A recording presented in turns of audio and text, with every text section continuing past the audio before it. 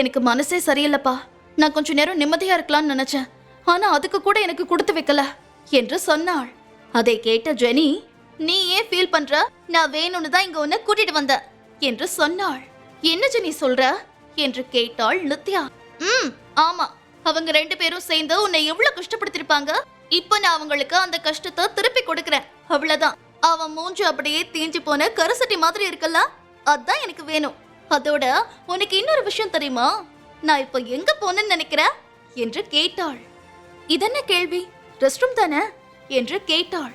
உடனே அவள், அதான் இல்ல, நான் இன்னொரு சம்பவம் பண்ணிட்டேன். இன்னைக்கு செத்த அந்த சுண்ணாம்பு மூஞ்சி அக்ஷயா என்றாள் ஜெனி. ஜெனி அப்படி சொன்னதும் ஆச்சரியமடைந்த நித்யா, ஹே ஜெனி, என்ன பண்ண என்று கேட்டாள். உடனே ஜெனி, நானா பெருசா ஒன்னும் பண்ணல. ஜஸ்ட் நம்ம சாப்பிட்டதுக்கும் சேர்த்து அவங்க பேர்ல பில் எழுத சொல்லிட்டேன். எங்க பிரகாஷ் அடிக்கடி வருவான். சோ இங்க இருக்கிற எல்லாருக்கும் தெரியும் அவன் பொண்டாட்டி அந்த அக்ஷயா இல்லைன்னு. சோ நீதான் அவன் வைஃப்னு சொல்லி அவன் தலையில பில்ல கட்டிட்ட. நான் கூட அந்த பிரகாஷ் மாட்டுவான்னு பார்த்தேன். ஆனா இந்த அக்ஷயா மாட்டிக்கிட்டா. இப்ப அவகிட்ட காசு இருக்கான்னு கூட தெரியல. பில் கட்டிட்டு வரட்டும், அப்பதான் ஜாலியா இருக்கும் என்று சொன்னாள். அதை கேட்ட நித்யா, ஓஹோ, அப்ப நீ இதனாலதான் வேணும்னே நிறைய காஸ்ட்லியான டிஷ் ஆர்டர் பண்ணியா? நல்ல விஷயம் தான் பண்ணிருக்க என்று சொல்லி சிரித்தாள் நித்யா. அவர்கள் இருவரும் அப்படியே பேசியபடி வெளியே செல்ல, இங்கே அக்ஷயா ஒரு வெயிட்டர் முன்பு நின்றிருந்தாள். அவரோ அக்ஷயாவை பார்த்து, மேடம், நீங்க இன்னைக்கு சாப்பிட்டதோட பில் 50,000 என்று சொன்னான். அதை கேட்ட அக்ஷயா, யோ, என்னையா ஒளர்ற? நான் சாப்பிட்டது 4,000, அதுக்கு 50,000? என்ன, இங்க வர கஸ்டமர்ஸை ஏமாத்துறீங்களா என்று கேட்டாள். உடனே வெயிட்டர், மேடம், நாங்க யாரையும் ஏமாத்தல. நீங்க சாப்பிட்டது வெறும் 5,000 தான். ஆனா பிரகாஷ் சார் வைஃப் அவங்க ஃப்ரெண்டு தான் நிறைய சாப்பிட்டு பார்சலும் வாங்கிட்டாங்க. சோ அதுக்காக பில் எல்லாம் பிரகாஷ் சார் பேர்ல வருது. ஆனா அவர் இப்ப இங்க இல்ல. அவர்கிட்ட வேலை பாக்குற பொண்ணு தானே நீங்க, அதான் உங்களுக்கு இந்த பில்ல கொடுத்தோம் என்று விளக்கம் கொடுத்தார். அதை கேட்டவள், என்னது, நான் வேலை பாக்குற பொண்ணா? நான் கஷ்டப்பட்டு சேர்த்த காசெல்லாம் இப்படி வீணா போகுதே என்று நினைத்து நொந்து கொண்டவள் தன்னுடைய கார்டன் மூலம் பணத்தை செலுத்தினாள். அதன் பிறகு அந்த வெயிட்டர் சொன்ன விஷயம்தான் அவள் மண்டைக்குள் ஓடியது. என்னதான் நான் பிரகாஷ் கூட இருந்தாலும் இப்ப வரைக்கும் எல்லார் முன்னாடியும் அவதான் பொண்டாட்டி அப்படிங்கிற ஸ்தானத்துல இருக்கா. இல்ல, நான் இதை இப்படியே விட்டா நிச்சயமா சரி வராது. சீக்கிரம் நான் அவர் பொண்டாட்டி ஆகணும் என நினைத்து கொண்டவள் தன்னுடைய மொபைலை எடுத்து ஒரு நம்பருக்கு அழைத்து, அம்மா, எனக்கு உங்க ஹெல்ப் வேணும் என்று கேட்டாள். அதே நேரம் ஹோட்டல் ரூமுக்கு வந்தாள் நித்யா. அப்போது அவளுக்கு கால் செய்தான் மாஸ்க் மனிதன். அவனுக்கு எப்படியும் எல்லாம் தெரிந்திருக்கும் என்று நினைத்தவள் போனை அட்டன் செய்து, ஹலோ, சொல்லுங்க என்றாள். உடனே அவன், என்ன, இன்னைக்கு எல்லாரையும் வச்சு செஞ்சுட்ட போல என்று கேட்டான். அதை கேட்டவள், ஆமா, அதுவும் உண்மைதான். நானும் எத்தனை நாள் தான் பொறுமையா இருக்கிறது, எனக்கே கடுப்பாயிடுச்சு, அதான் பேசிட்டேன் என்று சொன்னாள் நித்யா. அதை கேட்டவன், இப்படிதான் நீ இருக்கணும் என்று சொன்னான். அதை கேட்டவள் சிரிக்க, அதன் பிறகு வந்த நாட்கள் வேகமாக கடந்தது. ஜெனி ஒரு நாள் அவசரமாக கால் செய்து, நித்யா, ரொம்ப அவசரம், உடனே ஒரு மேக்கப் ஆர்டிஸ்ட் வேணும் என்று சொல்ல, சரிடி, நான் ஃப்ரெண்ட்ஸ் கிட்ட கேட்டு சொல்றேன் என்று கூலாக பதில் சொன்னாள் நித்யா. எம்மா தாயே, கடல்லையே இல்லையா, நான் எல்லாருக்கும் போன் பண்ணிட்டேன். அதனால உனக்கு தான் மேக்கப் பண்ண ஓரளவுக்கு தெரியும்ல. நீ உடனே கிளம்பி நான் சொல்ற இடத்துக்கு போ என்றாள் ஜெனி. ஜெனி, நான் ப்ரொஃபஷனல் இல்ல, ஏதாச்சும் தப்பா ஆயிடும், எதுக்கு வம்பு என்றாள் நித்யா. ப்ளீஸ் டி, எனக்காக பண்ண.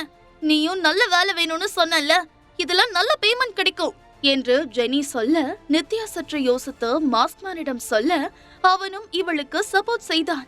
உடனே கிளம்பி அவள் சந்தோஷமாக ஜெனி சொன்ன இடத்திற்கு வந்தாள். அங்கே வந்ததும் நித்யா ஒரு அறைக்கு சென்றாள். அது ஒரு கார் ஷோரூம். அதில் நடக்கும் நிகழ்ச்சிக்காக மேக்கப் போட்டு விடத்தான் அவளை அழைத்து வந்திருந்தார்கள். நித்யா ஏற்கனவே இந்த நிகழ்ச்சியை ஆர்கனைஸ் செய்பவரிடம் பேசிவிட்டாள். அவள் ஒரு அறைக்கு உள்ளே போகும்போது அங்கே வந்த ஒருவன், ஏ, நீ யாரு, எதுக்காக உள்ள போற? கிளீன் பண்றவங்க எல்லாம் இப்ப உள்ள போக கூடாது என்று சொன்னான். அதை கேட்டவளுக்கு ஒரு மாதிரியானது. நித்யா இப்போது பழைய ஆடைதான் அணிந்திருந்தாள். அதனால்தான் அவளை அப்படி நினைத்து விட்டான் அவன். உடனே நித்யா, சார், நான் இங்க மேக்கப் போட வந்திருக்கேன், கிளீன் பண்ண வரல என்று சொன்னாள். உடனே அவன், உன்னை பார்த்தாலே மேக்கப்னா என்னன்னு கூட தெரியாத பொண்ணு மாதிரி இருக்கு, நீ எப்படி மேக்கப் எல்லாம் போடுவ என்று கேட்டான். அவன் அப்படி கேட்டதும் அவள் சற்று தடுமாற, அப்போது அவளை பார்த்தவன், ஏய் என்ன அப்படியே நிக்கிறா, உண்மையாவே நீ மேக்கப் ஆர்டிஸ்டா என்று கேட்க, அப்போது அங்கே வந்த நிகழ்ச்சி ஏற்பாட்டாளர், சார் சார் இந்த பொண்ணு மேக்கப் ஆர்டிஸ்ட் தான் சார், நம்ம ஜெனி மேடம் ரெக்கமெண்டேஷன் என்று சொன்னான். அதை கேட்டவன், இங்க பாரு, அவங்க ரெக்கமெண்டேஷன் இவங்க ரெக்கமெண்டேஷன் ப்ரோக்ராம் ஏதாவது சொதப்புச்சு உனக்கு அவ்வளவுதான் மரியாதை என்று சொல்லிவிட்டு கோபமாக உள்ளே சென்றான். அவன் சென்றதை பார்த்தவர் நிம்மதி பெருமூச்சு விட்ட நிகழ்ச்சி ஏற்பாட்டாளர் நித்யாவை தனியாக அழைத்து வந்து, ஏமா உனக்கு என்னமா பிரச்சனை, எதுக்கு அவர் முன்னாடி போய் நின்ன? அவர் பேரு ராகவ், இவர் கொஞ்சம் ஒரு மாதிரியான ஆளு, நீ தேவையில்லாம இவர்கிட்ட எல்லாம் போக கூடாது. இவருக்கு மேக்கப் பண்ணாத பொண்ணுங்களையும் பிடிக்காது, மேக்கப் அதிகமா போடுற பொண்ணுங்களையும் பிடிக்காது. அதனால நீ இன்னைக்கு ஒழுங்கா மேக்கப் போடணும், இல்ல நானும் காலி நீயும் காலி என்று சொன்னார். அதை கேட்டவளுக்கு கொஞ்சம் பதட்டமாக இருந்தது. அதன் பிறகு அவளை அந்த நிகழ்ச்சி ஏற்பாட்டாளர் தாமோதர் பேக் ஸ்டேஜ் அழைத்து சென்றார். அங்கே 40 முதல் 50 மாடல் இருந்தார்கள். அவர்களுக்கு மேக்கப் போடுபவர்கள், ட்ரெஸ் எடுத்து வருபவர்கள் என்று அந்த இடமே ரணகளமாக இருந்தது. அதை பார்த்தவள், ஆஹா இன்னைக்கு நாள் எப்படி இருக்க போகுதுன்னு எனக்கு இத பார்த்தாலே தெரியுது என்று மனதிற்குள் நினைத்து கொண்டாள். அங்கே வந்த ராகவ் தாமோதரிடம், இந்த பொண்ணு வேலைய சரியா பண்ணுவாங்களா என்று கேட்டார். உடனே தாமோதர், ஆமா சார் என்று சொல்ல, ராகவ் நித்யா அருகே வந்தவன், ஆமா நீ இங்க இருக்கியே, உனக்கு என் பேர் என்னன்னு தெரியுமா என்று கேட்டார். உடனே நித்யா வெறுப்பாக, ராகவ் சார் என்று சொன்னாள்.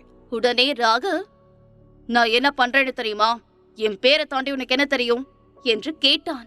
உடனே நித்யா, சாரி சார் எனக்கு வேற எதுவும் தெரியாது என்று சொன்னாள். அதை கேட்டதும் கடுப்பான ராகவ், எப்படி irresponsible-ஆ நீ பேசிட்டு இருக்க, இங்க பாரு, என்ன பத்தியே தெரியாம உனக்கு எப்படி மேக்கப் போட வர தைரியம் வந்துச்சா என்று கேட்டான். ராகவ் அப்படி கேட்டதும் கடுப்பானது நித்யாவிற்கு. ஆனாலும் தன்னுடைய மனதை கட்டுப்படுத்தியவள், இங்க பாருங்க சார், நான் ஒரு மேக்கப் ஆர்டிஸ்ட், என் மாடலுக்கு நான் மேக்கப் போட உங்களை தெரிஞ்சுக்கணும்னு எந்த அவசியமும் இல்ல. ஆனாலும் பரவாயில்ல, நான் இதோ நிக்கிறாரே தாமோதர், இவர்கிட்ட பேசி உங்களை பத்தி தெரிஞ்சுக்கிட்ட மேக்கப் போடுறேன் என்று சொன்னவள் தாமோதரனை பார்க்க, அவர், இங்க பாருமா, இவரோட முழு பேரு ராகவேந்திரா செந்தில்நாதன், இவரை எல்லாரும் ராகவ்னு கூப்பிடுவோம். இவர் பெஸ்ட் கார் டிசைனர், இவர் டிசைன் பண்ண கார் எல்லாம் இன்னைக்கு லான்ச் பண்றோம். சோ அதுக்காக தான் இந்த மாடல்ஸ் எல்லாம் வந்திருக்காங்க. சோ எல்லாமே பக்காவா இருக்கணும்னு நினைக்கிறாரு என்று சொன்னார். அதை கேட்டவள் இப்போது அவன் பக்கம் திரும்பி, சார் எனக்கு இப்ப உங்களை பத்தி தெரியும், நான் உங்க மாடல்ஸ்க்கு மேக்கப் பண்ணவா என்று கேட்டாள். நித்யா அப்படி கேட்டதும் ராகவ் சற்று ஆச்சரியம் அடைந்தான். ஒரு மேக்கப் ஆர்டிஸ்ட்க்கு இவ்ளோ திமிரு ஆகாது, அதுவும் உன்ன மாதிரி ஒரு அறவை காடுக்க என்று சொன்னான். ராகவ் அப்படி சொன்னதும் கோபம் கொண்டவள், இங்க பாருங்க சார், நான் யாரு, என்னோட டேலண்ட் என்னன்னு ப்ராப்பரா தெரியாம எதுவும் பேசாதீங்க. முதல்ல என்ன என் வேலையை பார்க்க விடுங்க. இங்க இவ்ளோ மாடல் இருக்காங்க, இப்ப நான் கிளம்பி போயிட்டா வேற யாரும் மேக்கப் பண்ணி விடுவா? வேற யாராவது சீனியர் ஆர்டிஸ்ட் இங்க இருக்காங்களா என்று கேட்டாள். அதை கேட்டவன் அமைதியாக இருக்க, பாத்தீங்களா பதில் இல்ல உங்ககிட்ட. சார் உங்களுக்கு மேக்கப் ஃபீல்ட் பத்தி தெரியலன்னா அத மட்டமா பேசாதீங்க. நான் கூட தான் உங்க காரை பார்க்காம நீங்க பண்ணாலே அது ஒரு மட்டமான டிசைனா தான் இருக்கும்னு சொல்லலாம். ஆனா நான் அப்படி சொல்ல மாட்டேன் சார். உங்களுக்கும் டைம் இல்ல, எனக்கும் டைம் இல்ல. சோ என்னை என் ஒர்க் பண்ண விடுங்க என்று சொன்னாள். அதை கேட்டவன், மிஸ் ஜெனி சொன்ன ஒரே காரணத்தினாலையும் உங்களோட இந்த பிடிவாதமான பேச்சுக்காகவும் நான் இந்த வாய்ப்பை தரேன். ஆனா இதுல நீங்க சின்னதா சொதப்பினாலும் விளைவு பெருசா இருக்கும், அத முதல்ல தெரிஞ்சுக்கோங்க என்று சொன்னவன் அங்கிருந்து சென்றான். ராகவ் சென்ற பிறகுதான் அவளுக்கு தான் எவ்வளவு கோபமாக பேசினோம் என்பதே புரிந்தது. இந்த மாஸ்க்மேன் வர்றதுக்கு முன்னாடி எல்லாம் எனக்கு மானோ ரோஷம் எல்லாம் இல்லாம இருந்துச்சா? ஏன்னா என் மாமியார் என்னை இதை விட கொடூரமா அவமானப்படுத்திருக்காங்க. அப்ப எல்லாம் என் வாயை நான் திறந்ததே இல்ல. ஆனா இன்னைக்கு இவர் சும்மா இப்படி பேசினதுக்கே டென்ஷன் ஆயிட்டேன். அது சரி, மாற்றம் ஒண்ணுதானே மாறாதது என்று மனதிற்குள் நினைத்தவள் அமைதியாக இருக்க, அப்போது அவளுக்கு அருகே வந்த தாமோதர், நித்யா நீங்க உண்மையாவே வேற லெவல் தான். உங்கள மாதிரி ஒரு ஆளை நான் பார்த்ததே இல்ல. ராகவ் சார் கிட்ட நான் பல வருஷமா வேலை பாக்குறேன், ஆனா அவரை யாருமே இது வரைக்கும் எதிர்த்து பேசினதே இல்ல. ஆனா நீங்க அப்படி இல்லமா, சூப்பர். உங்க தொழில் மேல இருக்கிற நம்பிக்கை தான் உங்களுக்கு இந்த பலத்தை கொடுத்திருக்க என்று அவர் சொல்ல, அதை கேட்டவள், இங்க பாருங்க சார், நான் ஒரு உண்மைய சொல்லணும். அது என்னன்னா, நானே இந்த வேலைக்கு புதுசுதான் என்று சொன்னாள். அதை கேட்ட தாமோதர், என்னம்மா சொல்ற?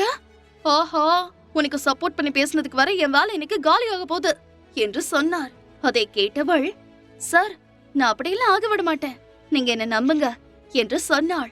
அதை கேட்டவர், உன்னை நம்பவா? எம்மா, என் வேலை விஷயமா விளையாடிராத என்று சொன்னவர் அவள் அருகே நிற்க, ராகவோ கொஞ்சம் தூரத்தில் நின்று இதையெல்லாம் பார்த்து கொண்டிருந்தான். ஆஹா, இவர் வர இங்க இருக்காரே, இல்ல, நான் என்ன ஆனாலும் பயப்பட மாட்டேன் என்று நினைத்தவள் அங்கிருந்த மேக்கப் டேபிளிற்கு சென்றாள். அவளுக்கு மேக்கப் போட்டுவிட வேண்டிய வேலை இருந்தது. அதோடு அசிஸ்டன்ட் கம்மியாகத்தான் இருந்தார்கள். அதை பார்த்தவள், இவ்ளோ பெரிய ஆளா இருக்கான், இன்னும் கொஞ்சம் அசிஸ்டன்ட் எல்லாம் வச்சிருந்தா என்னமா? இவரெல்லாம் வச்சுக்கிட்டு என்னதான் பண்றதோ என்று மனதிற்குள் நினைத்துக் கொண்டு அமைதியாக இருந்தாள். அதன் பிறகு தன்னுடைய வேலையை ஆரம்பித்தாள். என்னதான் நித்யா ஒரு செலிபிரிட்டி மேக்கப் ஆர்டிஸ்ட் இல்லை என்றாலும் அவள் ஒரு நல்ல மேக்கப் ஆர்டிஸ்ட் தான். அதோடு அவள் கடந்த காலங்களில் நிறைய மேக்கப் செய்திருக்கிறாள். எனவே அவளுக்கு இதெல்லாம் ஒன்றும் மிகவும் புதிதாக இல்லை. அவள் சரசரவென்று மேக்கப் செய்தாள். அவளுக்கு பூசி முழுகியது போல மேக்கப் செய்ய பிடிக்காது என்பதால் மிகவும் லைட்டாக மேக்கப் செய்தாள். அங்கிருந்த ஃபேஸ் பேக், ஐலாஷ் எல்லாம் அவள் தொடவே இல்லை. இயற்கையாகவே அழகாக இருக்கும் பெண்களை அவள் ஒன்றும் கெடுக்க விரும்பவில்லை. அந்த அழகை அவள் இன்னும் அதிகப்படுத்தி காட்டினாள். இப்படி தனக்கு கொடுக்கப்பட்ட நேரத்தில் அங்கே இருந்த அசிஸ்டன்ட் மேக்கப் ஆர்டிஸ்ட் உதவியுடன் அழகாக மேக்கப் செய்து முடித்தாள். அவள் வேலை செய்யும் போது சரியாக இருக்க வேண்டும் என்பதற்காக கண்ணாடி போட்டிருந்தாள். ஏற்கனவே பாட்டி போல இருந்தவள் இப்போது இன்னும் காமெடியாக இருந்தாள். ஆனால் அவளை ராகவ் பார்க்கும் பார்வை மாறி இருந்தது. அதை பார்த்த தாமோதர், ஏன் சார், ஃபீல்டுக்கு புதுசா இருந்தாலும் இந்த பொண்ணு மேக்கப் நல்லா பண்ணிருக்கல என்று கேட்டார். அதை கேட்டவன் அவருக்கு பதில் சொல்லாமல் நித்யாவிடம் வர, நித்யாவோ வேலையை முடித்தவள் தனக்கு பின்னால் யாரோ நிற்பதை உணர்ந்து திரும்ப அங்கே ராகவ் இருந்தான். நித்யா அதிர்ச்சியானாலும் அதை காட்டிக்கொள்ளாமல், ஹலோ ராகவ் சார், சொல்லுங்க, உங்களுக்கு இந்த மேக்கப் பிடிச்சிருக்கா என்று கேட்டாள். உடனே ராகவ், ஆமா, உண்மைய சொல்லிதான் ஆகணும், நீ நல்லா மேக்கப் போடுற என்று சொன்னான். அதை கேட்டவள் லேசாக சிரிக்க, ஆமா, நீதான் இவ்வளவு நல்லா மேக்கப் போடுறியே, அப்புறம் உன் முகத்துக்கு ஏன் எதுவும் பண்ணாம இருக்கா என்று கேட்டான். உடனே அவள், சார், நான் மேக்கப் ஆர்டிஸ்ட் தான், மாடல் இல்ல. இங்க இருக்கிற மாடல் எல்லாம் அவங்கள அழகா காமிச்சுக்கணும், அதுக்காக அவங்க மேக்கப் போடணும். அது அவங்களுக்கு பிடிச்சாலும் இல்லனாலும். ஆனா நான் அப்படி இல்லையே, நான் ஒரு சாதாரண பொண்ணு. எனக்கு பிடிக்கலன்னா நான் அந்த ட்ரெஸ் போட மாட்டேன். எனக்கு இது கம்ஃபர்டபிள், அதான் நான் இதை போட்டேன். அதோட ஒருத்தவங்களோட ட்ரெஸ் பார்த்து அவங்க திறமைய ஜட்ஜ் பண்றதும் தப்பு தானே. அத பண்றத நீங்க ஸ்டாப் பண்ணாலும் நல்லாதான் இருக்கும் என்று சொன்னாள். அவள் அப்படி சொன்னதும் அங்கிருந்த அனைவரும் ராகவ் என்ன சொல்வானோ என்று பார்க்க, அவனும், நல்லா பேசுற, சரி, நான் உன்னை கிரிட்டிசைஸ் பண்ண, இப்போ நானே உன்னை பாராட்டமும் செய்யறேன். நீ பண்ண வேலை எனக்கு பிடிச்சிருக்கு. நீ நான் பண்ண போற 7 ஷோக்கும் மேக்கப் ஆர்டிஸ்டா இருக்கணும்னு ஆசைப்படுறேன். நீ என்ன சொல்ற? அதுவும் 2 மடங்கு சம்பளத்தோட என்று கேட்டான். அவன் அப்படி சொன்னதும் நித்யாவிற்கு ஆச்சரியமானது. அட, இவரு கெட்டவர்னு நினைச்சா இவரு எனக்கு நல்ல ஆஃபர் தராரே என்று நினைத்தவள், ஓகே சார் என்று சொன்னாள். அதை கேட்டவன், குட், இப்ப நமக்கு ஷோ தொடங்க போது, நம்ம போலாம். ஆர்டிஸ்ட் எல்லாம் திடீர்னு டச்சப்க்கு வருவாங்க, நீ அங்க இருக்கணும் என்று சொன்னான். அதை கேட்டவள் சரி என்று சொல்லி சென்றாள். அதே நேரம் இங்கே இருந்த ஸ்டாஃப் எல்லாம், நம்ம பாஸ் என்ன இப்படி இறங்கிட்டாரு, இவர் இப்படியெல்லாம் பேச நான் பார்த்ததே இல்லையே, என்ன விஷயமா இருக்கும் என்று கேட்டாள் ஒரு பெண். உடனே இன்னொரு பெண், அந்த மேக்கப் ஆர்டிஸ்ட் மேல நம்ம சாருக்கு ஒரு இது வந்துருச்சு போல, அது சரி, பாலைவனமா இருந்த அவர் வாழ்க்கையிலயும் ஒரு வசந்தம் வந்துருச்சு என்று சொன்னாள் இன்னொருத்தி. முழு கதையையும் கேட்டு மகிழ பாக்கெட் FM ஆப்பை டவுன்லோட் செய்யுங்கள். லிங்க் டிஸ்கிரிப்ஷனில் கொடுக்கப்பட்டுள்ளது.